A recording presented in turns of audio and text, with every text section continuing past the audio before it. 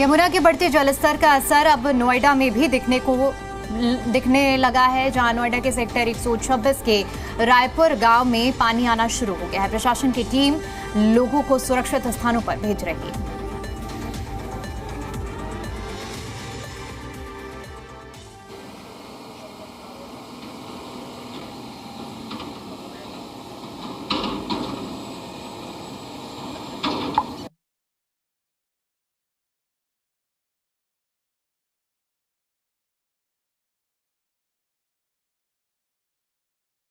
सैकड़ों बीघे जमीन बर्बाद हो गया जी। हजारों लोग बाहर निकल गए जमुना नदी से। बात तो नुकसान की बात किया तो कितना नुकसान हुआ? सब्जियों का नुकसान हो चुका जी। रात को जमुना फुल हो गई और काश्तकारों की जमीन बहुत नष्ट हो गई है, फसल भी कट गई है और जमीन भी हमारी कई बीघे कट गई। आपका कोई प्रशासन अधिकारी अब तक यहाँ कोई नहीं पहुँचा है। हम कृपा करके ये कह रहे हैं अधिकारियों को भी यहाँ आना चाहिए और यहाँ की आपत्ति को डाउन करना चाहिए। यहाँ पब्लिक क्या कह रही है? इस वक्त मैं मौजूद हूँ नोएडा 126 गांव रायपुर।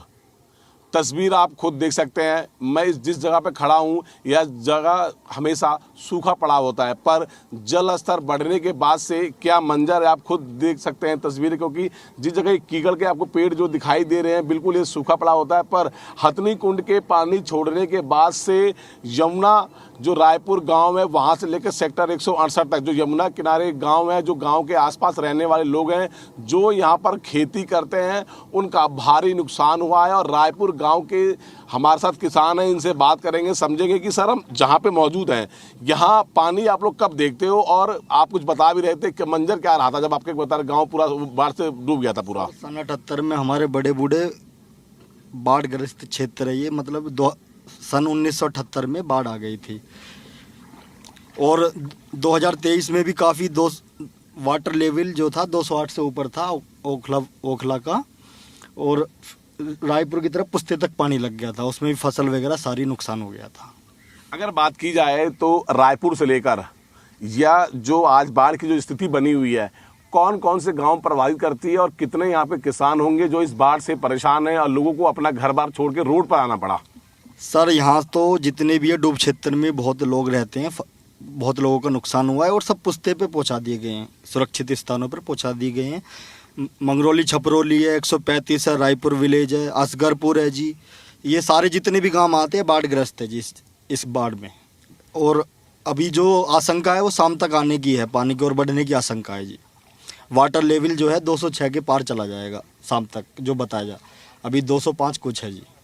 तो यानी कि अभी 205 है और शाम तक 208 पानी पहुंच जाएगा। यानी कि हम जहां मौजूद हैं यह जगह भी बिल्कुल खड़े होने की और आसपास लोग यहां पर रहेंगे, क्योंकि यहां पर जो पानी है धीरे धीरे अपना जल स्तर बढ़ते जा रहा है। और मैं फिर एक बार आपको तस्वीर दिखाऊंगा कि तस्वीर में आप खुद देखिए किस तरीके से दिल्ली जो ओखला बैराइज कहते हैं वहाँ से पानी कितनी स्पीड से बहता हुआ नोएडा 126, 127, 128, 135, 150 होते हुए सेक्टर 168 की तरफ जा रहा है। और बताया ये भी जा रहा है कि सेक्टर 150 के आसपास सैकड़ों की तादाद में यहाँ पर फार्म हाउस थे जो इस समय इस बाढ़ के पानी से पूरा वाटर लॉगिंग हो चुका है। जो भी लोग वहाँ पे रह रहे थे या अपनी खेती कर रहे थे, फूलों की खेती कर रहे थे, उन सभी लोगों को पुस्ते के उस पार शिफ्ट किया गया है। और जिला प्रशासन लगातार लोगों से अपील कर रहा है, बातें कर रहा है। कोई भी व्यक्ति जो यमुना के किनारे रहता हो या किन्हीं कारणों से वहाँ पे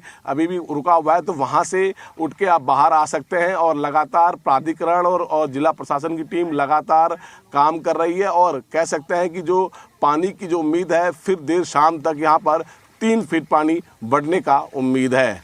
नोएडा से विजय गौड़, जी मीडिया। यमुना नदी का जल स्तर बढ़ने के बाद से यमुना के किनारे जो रह रहे थे लोग वहाँ से पलायन करते हुए दिखाई दे रहे हैं, क्योंकि यमुना के किनारे पे यह लोग अपनी खेती बाड़ी कर रहे थे। पर हथनी कुंड बैराज से पानी छोड़ने के बाद से ओखला बैराज होते हुए नोएडा सेक्टर 126 रायपुर खादर में किसान अपनी खेती किया करते थे। अब देखिए किस तरीके से जो यहाँ पे किसान थे रह रहे थे, अब वहाँ पर बाढ़ जैसी स्थिति है। अपने बच्चों को लेकर जो पुस्ता रोड है उस पुस्ते रोड पर अपने यहाँ पर झुग्गी झोपड़ी बना रहे हैं और साफ़ सफाई कर रहे हैं। यहाँ पर लोग हैं, मैं इनसे बात करूँगा। आप किस तरह की खेती करते थे, कितना करिए आप लोगों का नुकसान, कितना नुकसान हुआ आप लोगों का? कम से कम 4-5 लाख का नुकसान हो चुका है। किस तरह की खेती करते थे? यही बैगन का, भिंडी का, मिर्ची ऐसे, गोभी, यही सब का। और भी लोग हैं, इनसे बात करेंगे किस तरह की आप लोग खेती करते थे और करीब कितने किसान थे और कितना रुपए का नुकसान हुआ होगा आप लोगों का? ऐसा किसान कोई सा ना, इसका 2-2.5 लाख का नुकसान नहीं हुआ। गोभी है, भिंडी है, तोरी है, बैंगन है, सब लेकर ही आए जो इतने जंगल में जमुना में। तो ये जो महिलाएं यहाँ पर अब पुस्ते रोड पे आके यहाँ पे रहना चालू कर रही हैं और आप तस्वीरें देख सकते हैं। मैं इस समय पुस्ता रोड पे मौजूद हूँ। इस पूरे पुस्ता रोड पर करीब सैकड़ों की तादाद में यहाँ पर लोग अपने रहने के लिए एक झुग्गी टाइप बना रहे हैं। और देखिए किस तरीके से माता अपने कंधे पर लोहे का पाइप लेकर हाथ में खुरपी है और कहीं ना कहीं अब जो पुस्ते रोड पे है ये अपना घर को बना रहे हैं और लोग यहाँ पर काफ़ी परेशान हैं। जिला प्रशासन लगातार मुस्तैद है। जिन व्यक्तियों के पास राशन पानी की व्यवस्था नहीं, उनको राशन पानी की व्यवस्था की जा रही है। कई लोगों को धर्मशाला और जो RW के बने हुए कम्युनिटी सेंटर है, बारात घरों में शिफ्ट किया जा रहा है, क्योंकि पानी कभी और किसी समय भी बढ़ सकता है। और नोएडा पुलिस प्रशासन और शासन बिल्कुल अलर्ट मूड पर है। जो लोग यमुना के किनारे लोग रह रहे थे उनको यहाँ से शिफ्ट कराया जा रहा है, जो कि पानी जहाँ पहुँच गया है। नोएडा से विजय गौड़, जी मीडिया।